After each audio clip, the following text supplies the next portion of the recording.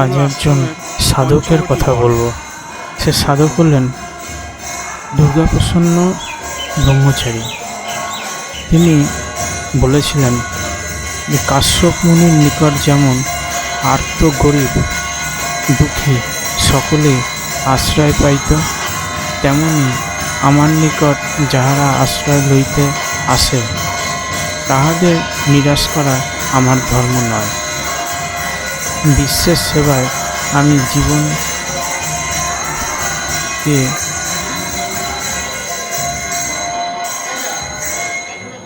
উৎসর্গ করেছি। 1298 বঙ্গাব্দে 30শে কার্তিক রবিবার রাস পূর্ণিমার দিন দুর্গাপ্রসন্ন ব্রহ্মচারী সাধক জন্মগ্রহণ করেন রাজাপুর, বরিশালে। বর্তমানে এটি বাংলাদেশে অবস্থিত। 17 বছর বয়সে সিদ্ধিলাভ করেন। সিদ্ধিলাভ করে অশোক বৃক্ষমূলে অক্ষয় তৃতীয়ার দিন রাত্রে স্বামী নিগমানন্দের পঞ্চভৌতিক দেহে চতুর্ভুজ নারায়ণের দর্শন লাভ করেন। প্রথম এক শুভ দিনে গুরু নিগমানন্দ তাকে গুরু গিরি প্রদান করেন।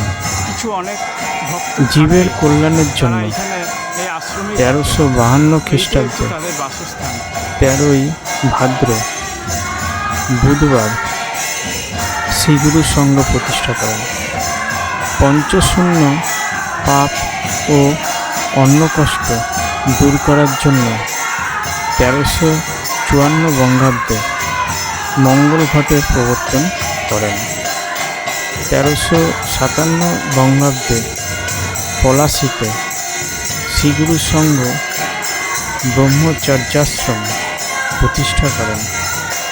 পরে শ্রী শ্রী গিরিধারী আশ্রম নাম হয়।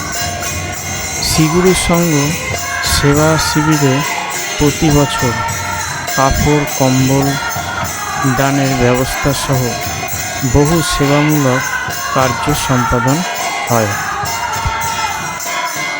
1367 সালে নাকতলাতে কেন্দ্রীয় আশ্রম প্রতিষ্ঠা হয়। শাখা আশ্রম ভুবনেশ্বর, কাশীধাম, বৃন্দাবন, হরিদ্বার, পুরীধাম অন্যান্য স্থানে আশ্রম স্থাপন। 1958 সালে প্রথম পলাশীতে আচার্য দুর্গাপ্রসন্ন জুনিয়র হাই স্কুল সহ অন্যান্য বিদ্যালয় প্রতিষ্ঠা করেন।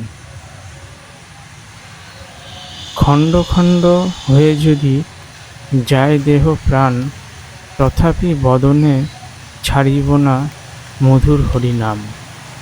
নামেতে মজিলে মন, হরি দেয় দর্শন, কৃপা করে দেয় তারে যুগল চরণ।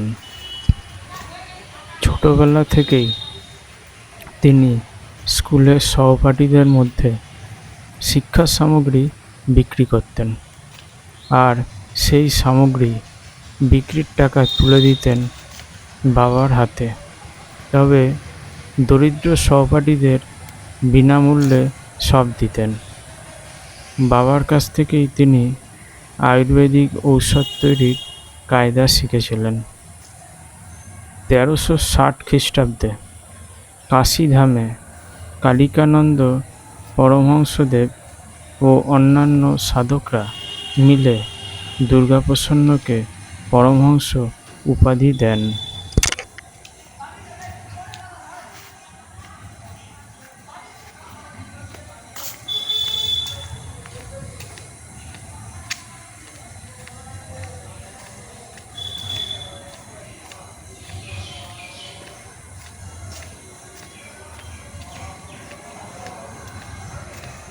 আচ্ছা, এই যে আপনার এই যে মন্দির মতন দেখছি, এটা কি আসলে?